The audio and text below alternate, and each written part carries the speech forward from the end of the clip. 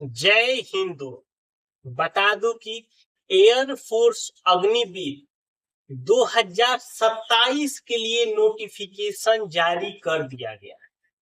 अब सोचिए कि 2027 अभी आने वाला है और अभी 2026 में ही उसकी तैयारी हो गई है कि फॉर्म कब से भरे जाएंगे, एग्जाम कब लिए जाएंगे, कौन लोग इसके एलिजिबिलिटी होंगे, क्या उसमें हाइट मांगा जा रहा है, क्या चेस्ट मांगा जा रहा है, क्या पढ़ाई की मांगी जा रही है, उसके साथ साथ फॉर्म भरने में क्या डॉक्यूमेंट लगने वाले हैं, सिलेक्शन के क्या स्टेज रहने वाले हैं, पूरा सिलेबस भी हम डिटेल्स के साथ बताने वाले हैं। तो पूरा वीडियो को आप अच्छे से समझ लीजिए। और यदि आप को लगता है कि आप एयर फोर्स में जाने के लिए इच्छुक है तो आप इस फॉर्म को जैसे ही ओपन होगा उसको भर दीजिएगा। इसीलिए हमारे चैनल को जरूर सब्सक्राइब करके रखिए, हम इसी तरह का इंपॉर्टेंट वीडियो आपके लिए लाते हैं। देखिए यहाँ पे एयर फोर्स अग्निवीर 2027 में भी उसका विज्ञापन सके 0227 यानी कि 0127 पहले ही निकल चुका है।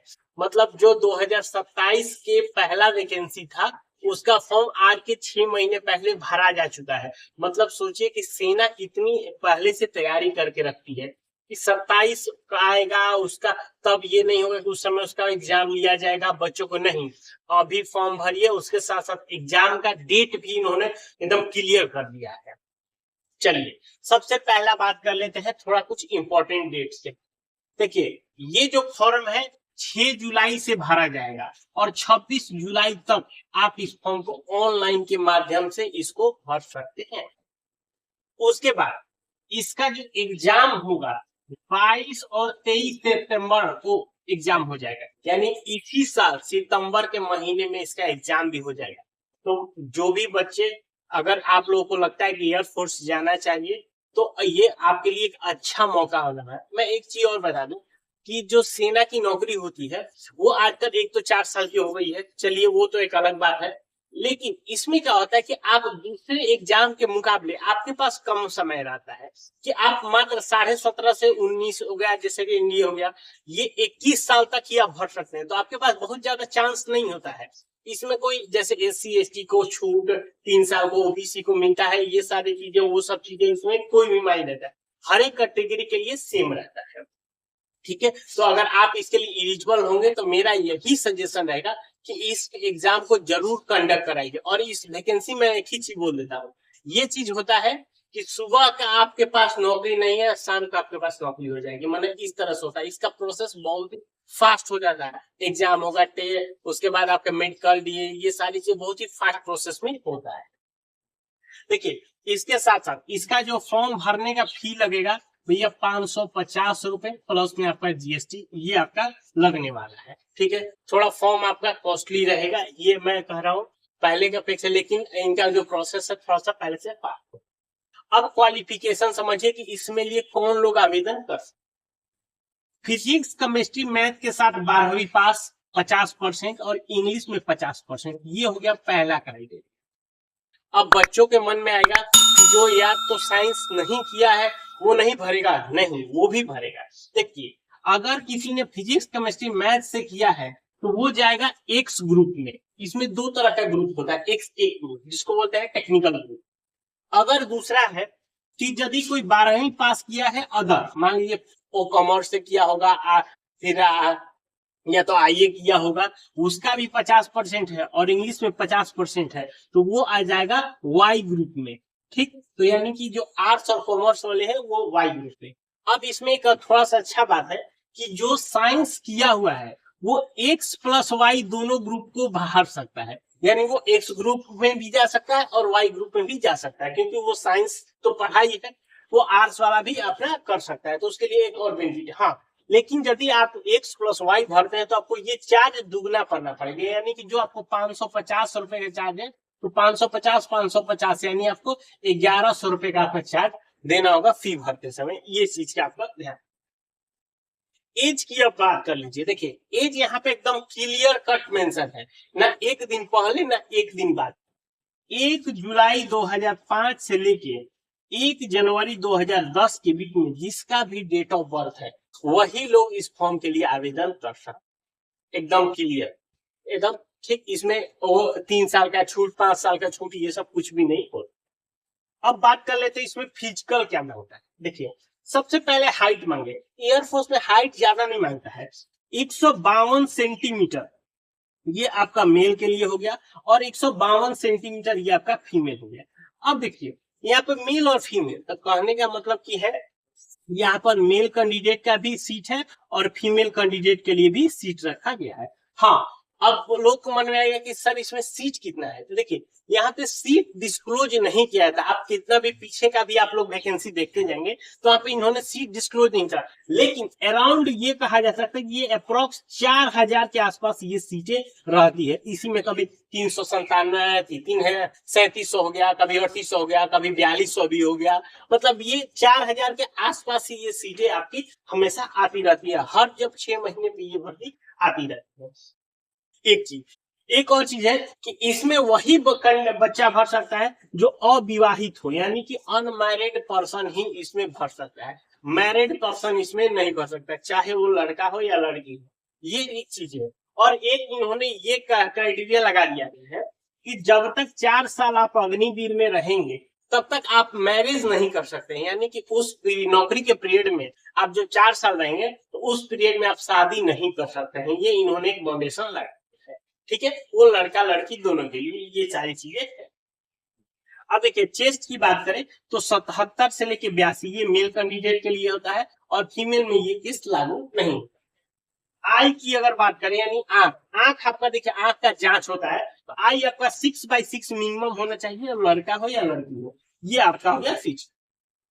अब इसके साथ साथ आपको थोड़ी सी इसमें दौड़ने की भी जरूरत है। जब आप वहां पे जाएंगे तो वहां पे क्या रिक्वायरमेंट मांगा जाएगा।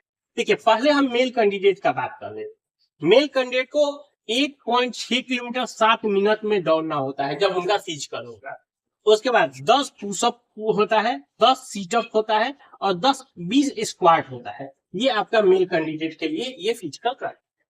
अगर कोई फीमेल कैंडिडेट है तो 1.6 किलोमीटर 8 मिनट में ये आपका फिजिकल फीमेल कैंडिडेट का हो गया। सीटअप 10 हो गया और स्क्वाट आपका 15 हो गया। ये आपका फीमेल कैंडिडेट के लिए हो गया। यही दोनों के लिए अलग अलग फिजिकल ट्रैक है। अब बात करते हैं सिलेक्शन। सिलेक्शन इसे कह सकते हैं तो आपको 3 अलग अलग स्टेजों में होता है।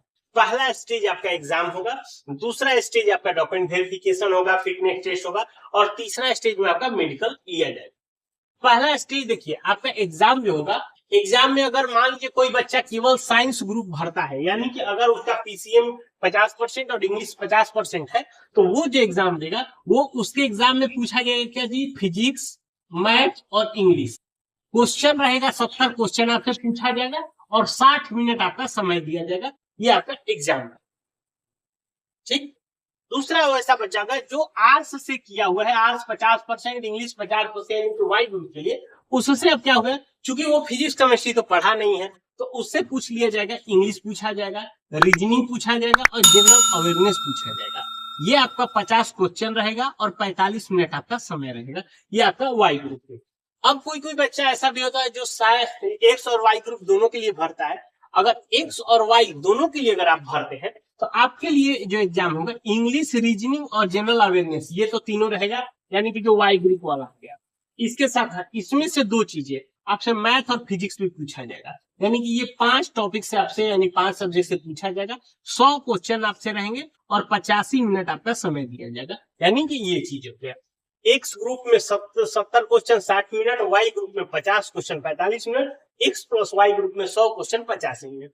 ये सारे क्वेश्चन देखिए, अगर आप क्वेश्चन सही करते हैं तो 1 नंबर आपको मिलेगा, क्वेश्चन छोड़ देते हैं तो 0 नंबर, अगर आपने एक भी क्वेश्चन गलत किया तो 0.25 आपका निगेटिव मार्किंग रहेगा, यानी कि आपके ये मार्किंग कट कर लिए जाएंगे। यानी कि ये तीनों में है जो निगेटिव मार्किंग है, सेम पैटर्न वो तीनों किसी भी एग्जाम से आप कंडक्ट करेंगे वो आपका रहेगा।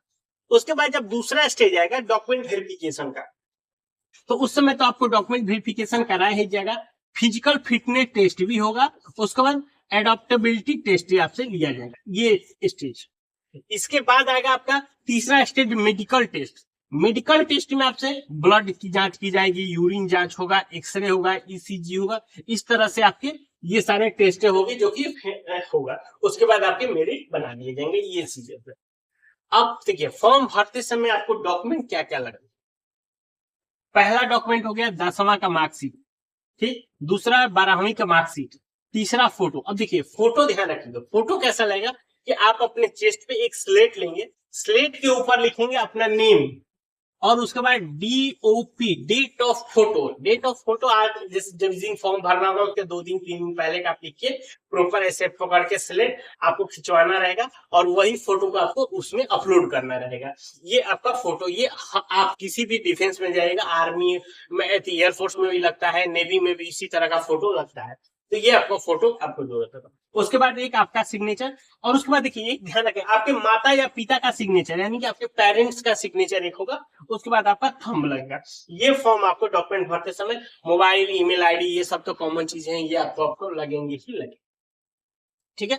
अब बात कर लेते हैं सैलरी की। देखिए पहले साल में आपको सैलरी रहेगा 30,000, दूसरे साल में आपका सैलरी रहेगा 32,000, तीसरे साल में आपका सैलरी रहेगा 36,500, और चौथे साल में आपको सैलरी रहेगा 40,000, ठीक है। ये आपके सैलरी रहेगी। इसके साथ साथ आपके भारत सरकार द्वारा जितने भी अलाउंस दिए जाते हैं, ठीक है। हाँ, आपको अब ये पेंशन इसमें लागू नहीं होता है, आप जब रिटायर होंगे 4 साल बाद तो आपको एक बहुत अच्छा खासा अमाउंट देकर रिलीफ करें, लेकिन उसमें से जो लोग अच्छे करेंगे करीब करीब 25% लोगों को आगे कंटिन्यू भी कर दिया जाएगा। तो जब आप वहां पे अंदर 4 साल के लिए काम करें तो वहां पे आपका परफॉर्मेंस देखा जाएगा, अकॉर्डिंग टू परफॉर्मेंस आप वहां अपने जॉब आगे कंटिन्यू भी कर सकते हैं।